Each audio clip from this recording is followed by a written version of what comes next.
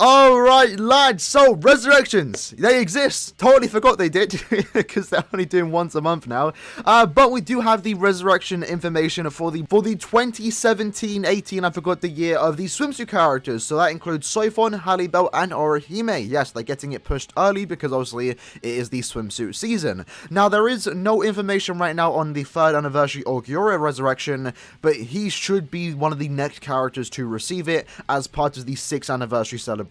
So whether that's July 23rd or at the end of the month or even August 15th, he should receive it sometime in the next month. So be on the lookout for that, because that's going to be a very good resurrection. That being said, unfortunately the information on these resurrection characters are not currently on the BBS simulator, but that isn't going to be stopping us from actually giving you that information. So what we're going to do is hop on the character, see what they currently have, what they need, and then we'll check out what they do get and see if they got the justice that they do deserve. Alright, so let's check out the Orihime. Now, the main thing to take from her is that she's probably going to be the shaft of the banner. She pretty much has no hope of getting a good resurrection, thanks to the fact that she does have bombardment, and currently right now, KLAB aren't ready to give, bombardment characters frenzy, like they deserve. Or in this case, actually, I'm not too sure. Is she more of a NAD character? I mean, I guess she's a hybrid, so...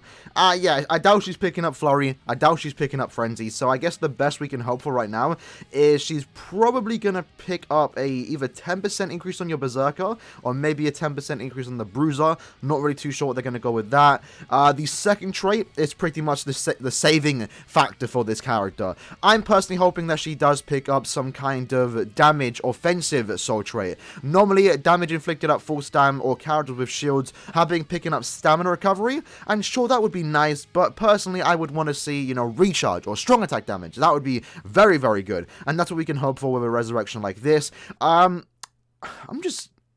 I'm just mesmerized by this art. Jeez. Okay, moving on. So looking at what Orihime did get, she picked up recharge. So, hey, that's not a bad soul trait, lads. 20% full stam and 10% recharge is very good. Ooh, I like that. Very good resurrection link right there. That's all you can hope for a character like this, considering that she's probably not going to get good skills. Looking at the skills that she does currently have, Berserker plus 30, Bombardment, Bruiser plus 40, Long Reach plus 20, Sprinter plus 1, and Weakened Defense. So at Resurrection, she has Berserker plus 40, so it went up 10%. She still has Bombardment, Bruiser plus 50, so that also went up by 10%. A Long Reach stayed the same, Sprinter plus 1 is the same, and Weakened Defense is the same. So yeah, in terms of skills, kind of mediocre. All she saw was a 10% increase on her Bruiser and Berserker. That isn't nearly going to change this type of character, but... I don't think anyone had hope for her to begin with anyway.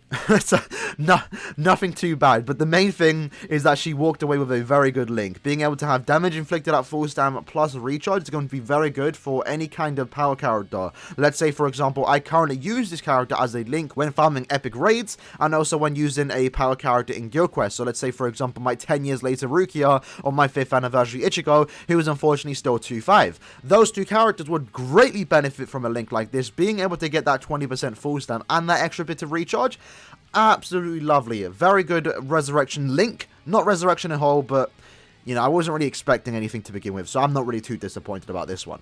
Alright, next up is Halibel, and I'm really hoping this character gets a good resurrection, because I very much do like this character. So, let's see what she currently does have. So, as an SP character, she's definitely usable, and realistically, the only thing she needs to pick up is Havoc. And I don't think she will. 1, 2, 3, 4, 5, 6, 7... She might pick up no skills. Very likely to pick up no skills. If she does pick up one, I'm hoping it's Havoc, because that would make her a very good character, actually. Her SA1, I believe, is a beam forward. Let me just quickly double check. Let me check similarities. SA1, yeah, it's a beam forward. SA2 is a lunge. And then her SA3 is a charge attack, which I don't think has the best range. Let me quickly peep. Yeah, 900, 575 into a 900. Yikes. But with Havoc, that can definitely make it a lot better. Same goes for the SA1 and 2. That would be very good with Havoc. Like, very, very good, actually. And as for her skills, let's look at that. Yo. Hold on, lad. She has Lacerate Duration Mass 100%. Yo, is she the counter to Byakuya? We'll talk about him later today, but looking at the skills, Bruiser plus 20, Devastation plus 40, Freeze Duration Mass 100%, Frenzy, Long Reach plus 20, Sprinter plus 1, and Weaken Attack. So I'm hoping here she picks up another skill and that it is Havoc. I don't know if she's guaranteed to pick up another skill because she does currently have 7, but we'll have to wait and see. As for the Soul Trait, She is a recharge minus 12%, and currently we have access to a lot of recharge plus strong attack damage. So I don't think she's going to get strong attack damage as a second soul trait. It would be nice if she gets it, but as far as links go, we don't need more of those, to be fair. I mean, sure, more is better, but I think, like, we need different kind of hybrid links. Maybe normal attack damage would be nice. Maybe DR. I mean, I don't know if it will be better than strong attack damage, but let's see what she does pick up. So as for the soul trait, she got weakened duration minus 55%. The second Halibel resurrection in a row now to get weakened duration minus 55% plus recharge. I'm not going to trash that because, again, I think we need more of those links, especially for GQ. So I'm not going to say that's bad. Personally, I think, yeah, it would have been nicer if she did pick up strong attack damage. But we already have access to, you know, a decent amount of recharge plus strong attack damage that she wouldn't really impact my account. This link, however, does impact my account when I am doing the hard difficulty of GQ. If I'm using a character that is mind-based, that needs the recharge, that needs the weakened duration minus 55%. So I'm not really going to trust that link. I'm sure some people might, but moving on, let's see what she does pick up in terms of these skills. So Bruiser went up by 10%. She now has 30% Bruiser. Devastation went up by 10%. Interesting. That is something that you haven't done before. 50% devastation. Hello? Is that a trend? Are we going to start getting that now for future characters? I mean, I wouldn't be opposed to it. That's not too bad. Freeze duration is still the same. Frenzy, long reach is still 20%. Sprinter +1 and weaken attack.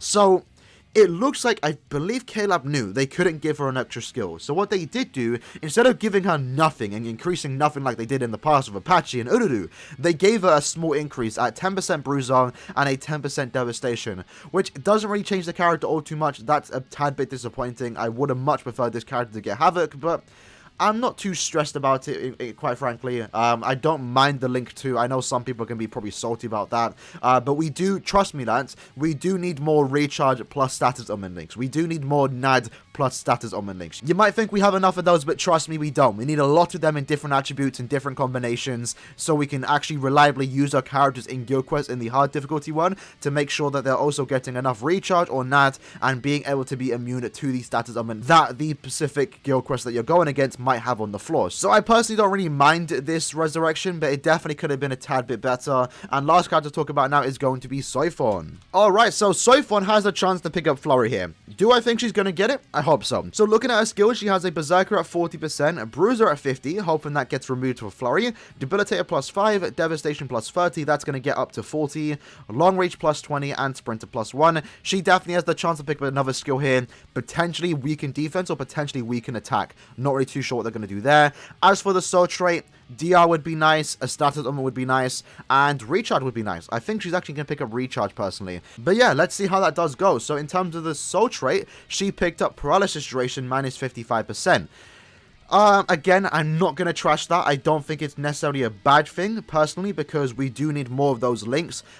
Speed paralysis. I'm not exactly sure who I'd personally use that on for GQ, but that's definitely going to be useful going forward into the future, especially if you're trying to get a very high score of a NAD character that needs to be immune with paralysis. Actually, for example, Chad. Chad can actually benefit from this link. That's actually pretty good. In the Captain Week of GQ, which is actually coming out next week, Chad does need to be immune to paralysis, and he also needs that NAD, right? So make sure you can do as much damage as possible, if you're not going with recharge at least.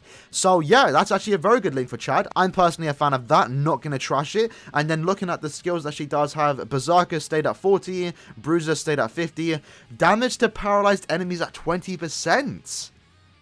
Okay, KLAB. That's different. That's a good thing, actually. That's actually very good. I'm excited about that. It doesn't make this character all that much better, but it shows that KLAB are actually changing the way they're doing their resurrections. They're adding new skills that we've never received before. This actually, genuinely, changes things up for the future for better characters in the future. We saw Halibel got a 50% devastation, which has never happened before for resurrections, and now characters like this Soifon are picking up damage to paralyzed enemies, which again is something we haven't seen before. It isn't exciting right now, but it's exciting for a better character in the future. But yeah, Debilitator stayed at +5, Devastation stayed at 30.